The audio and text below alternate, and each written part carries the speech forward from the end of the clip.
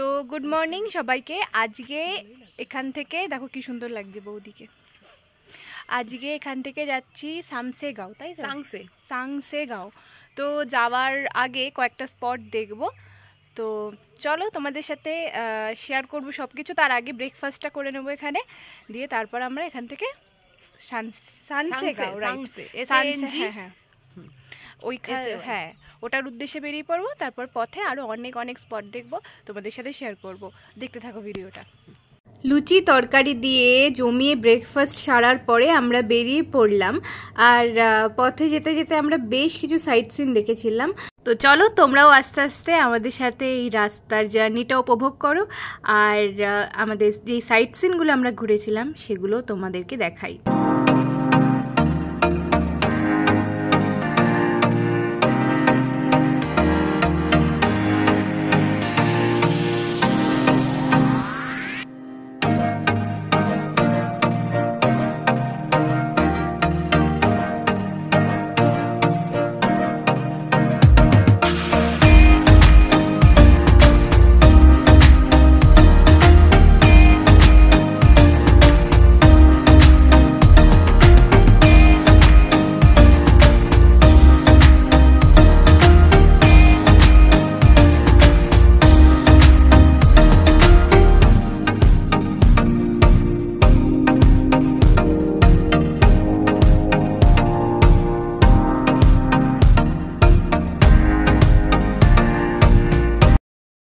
আমাদের পরের spot Delo park, চলো।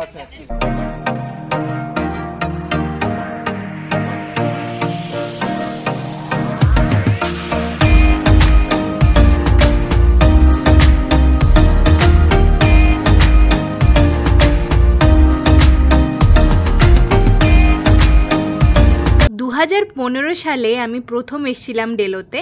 তখন একরকম ছিল, এখন একরকম। তবে বেশ ভালোই লাগলো, কারণ প্রচুর ফুল গাছ লাগিয়েছে, বাগানটা খুব সুন্দর করে সাজিয়েছে।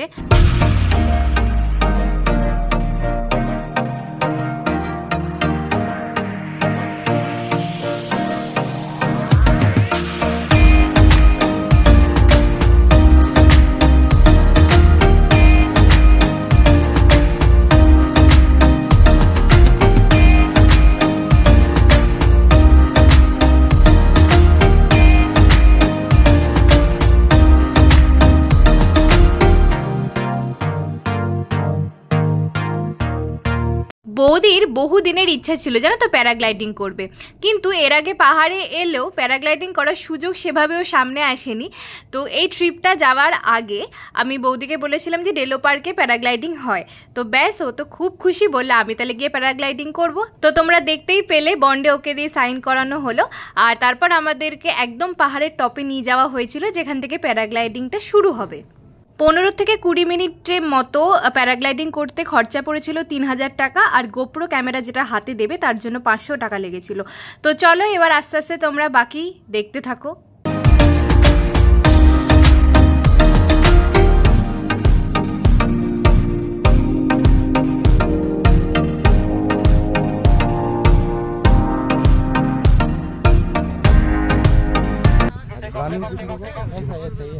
Hello. Are you excited? Yes. Best of luck. Madam का लैंडिंग होगा तो बुकिंग कर दो।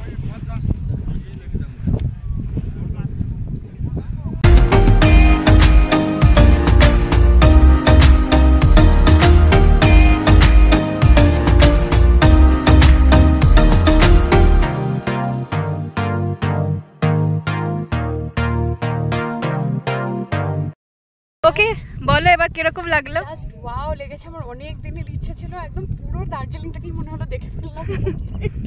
দারুণ লাগছিল। অনেকক্ষণ স্টে করেছি। তারপরে আমাকে জিজ্ঞেস করলো আরও স্টে করবে না, নামবে? হলো ঠিক আছে, একই তো জিনিস দেখছি, এক জায়গাতেই রয়েছে। তাহলে ঠিক আছে নেমে যাই।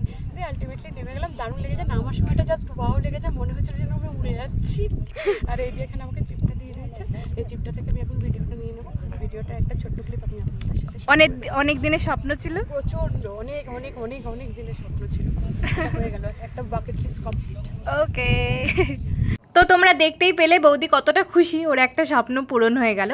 এবার চলো দেখা যাক গোপ্রো ক্যামেরায় বৌদির কিরকম এক্সপিরিয়েন্স হয়েছে প্যারাগ্লাইডিংয়ে, সেটা তোমাদের সাথে শেয়ার করি আর তোমরাও দেখো কিরকম লাগে।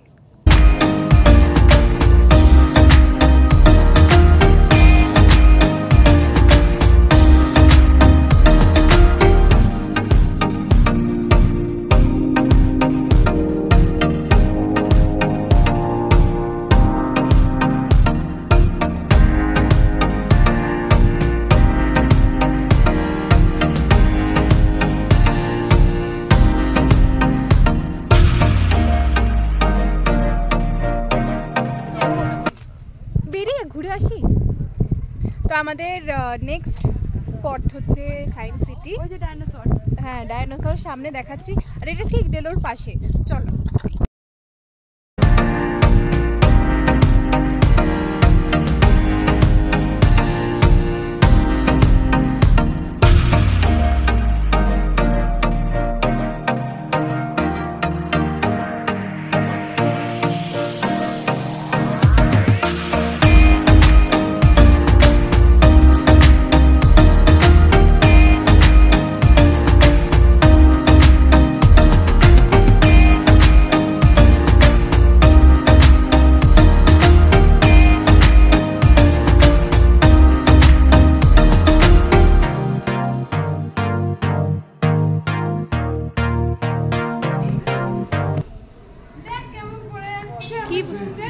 কি বলছ? প্যারাগ্লাইডিং এর গোপ্রোর ভিডিওটা নাকি ডিলিট হয়ে গেছে। তার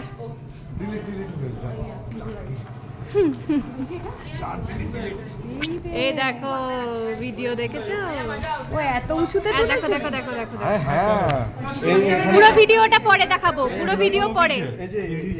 সায়েন্স সিটিতে গিয়ে আমরা একটা শো দেখেছিলাম, ভার্চুয়াল রিয়েলিটি শো।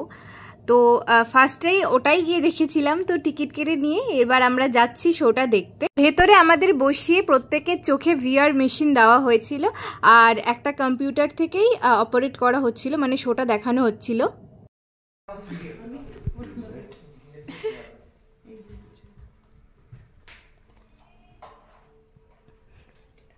এটা একবার আমি ট্রাই করেছিলাম কলকাতা বুক ফেয়ারে, এটা আবার সেকেন্ড টাইম ট্রাই করব। ওখানে একটা বিল্ডিং এর উপর থেকে দেখিয়েছিল, এখানে কি দেখাবে ভিজুয়ালাইজেশনটা দেখার পরে বলবো। এটা বলবি একদম। এই যে এইগুলো পড়ানো হবে চোখে। দারুণ দারুণ দারুণ এক্সপেরিয়েন্স। আর আরেকটু যদি দেখতে পারতাম খুব ভালো হতো, বাট টাইম কম, 10-15 মিনিট মতো লাগলো, ভালো লাগলো। তো এবার চলো সায়েন্স সিটির ভেতরটা একটু তোমাদের ঘোরাই, দেখতে থাকো। আমি চতুর্দিকে আমি এটা অনেকটা শীষমহল টাইপ লাগছে, ওই যে কাছে সেই মুভিগুলো দেখায়, রাইট? কোথা দিয়ে যাবো সত্যি বুঝতে পারছি না। ও মাই গড, ভুলভুলাইয়া ভুলভুলাইয়া। এটাও নয়, এটা মাই গড, এটা এটা হাতে সরিয়ে দে নয়তো মজাটা হবে না, মজাটা হবে না। এখনই আমি কোথাও গিয়ে একটা ধাক্কা খাবো আবার। এইটা সিরিয়াসলি বোঝা যা। সি হ্যাঁ এ বাবা, কেলো করেছে রে, লাইটই অফ করে দিলে, এবার বেরোবো কি করে? চলো চলো চলো।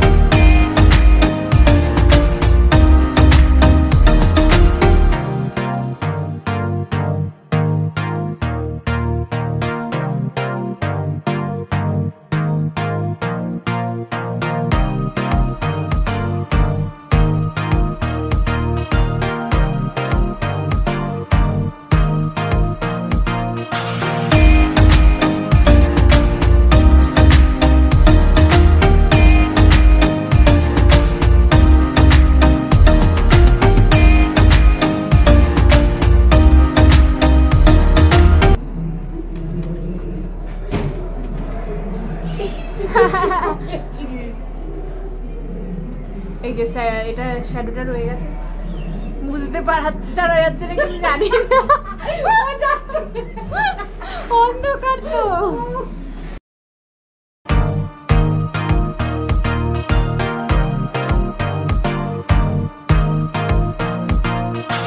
ভেতরে সায়েন্সের এত কিছু জিনিস দেখে মাথা ঘুরে গেল, তাই বাইরে বেরিয়ে একটা আইসক্রিম খেলাম।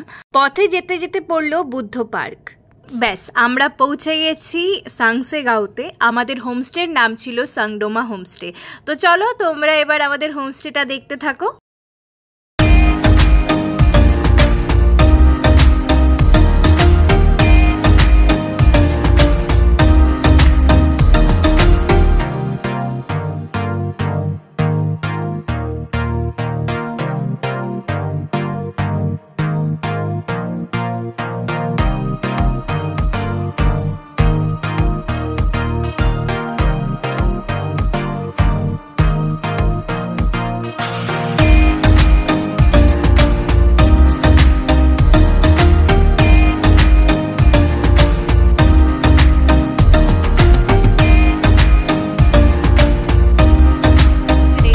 বাইরেটা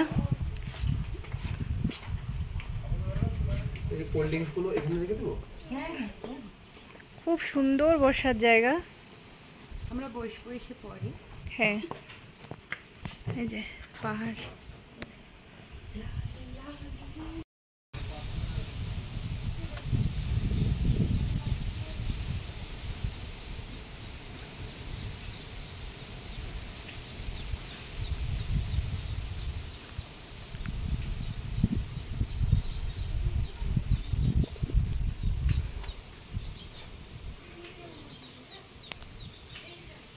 এরপর চলে গেছিলাম সোজা লাঞ্চ করতে।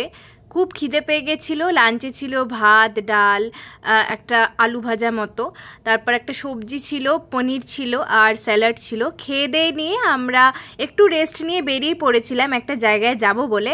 তো দেখো কোথায় গেছিলাম আমরা। আমরা এখন ডিএম বাংলোতে যাচ্ছি। সাংসেগাঁওতে এসে লাঞ্চ করেছি, তারপরে আমরা এখন ডিএম বাংলো যাচ্ছি। এটা হচ্ছে ব্রিটিশ আমলের একটা কাঠের বাড়ি আছে। ব্রিটিশ আমলের এখানকার যে ডিএম, উনি আর কি এখানে এসে থাকতো।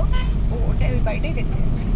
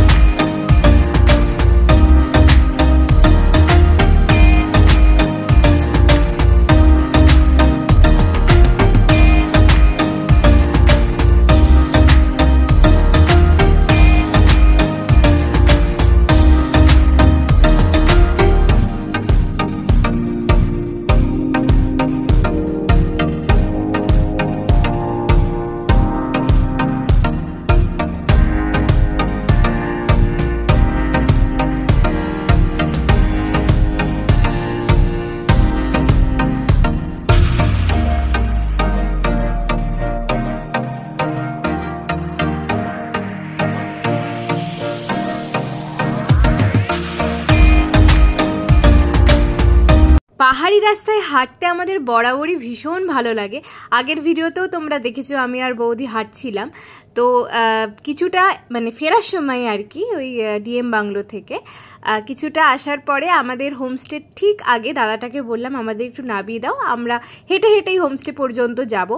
আর যেতে যেতে দেখতেই পাচ্ছ সবার আগে কে দৌড়ে দৌড়ে যাচ্ছে, একটা ছোট্ট পুচকি ডগি। তো ও আমাদের সাথে সাথে যাচ্ছিল। ও কিছু দূর গিয়ে তারপরে ও আবার ব্যাক করেছিল।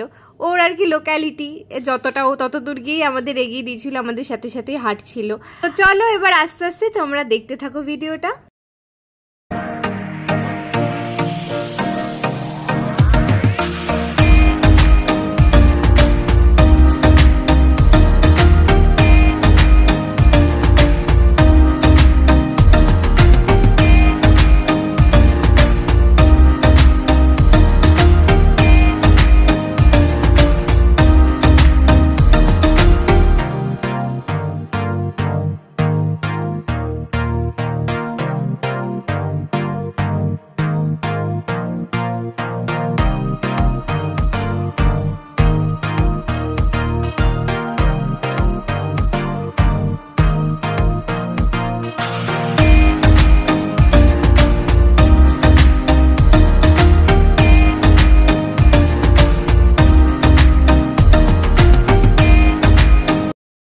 তো আমরা এখন খেতে বসেছি ডিনার রুটি চিকেন আর একটা আলুর একটা কি দিয়েছিল, হ্যাঁ যেটা দেখালাম ভিডিওতে।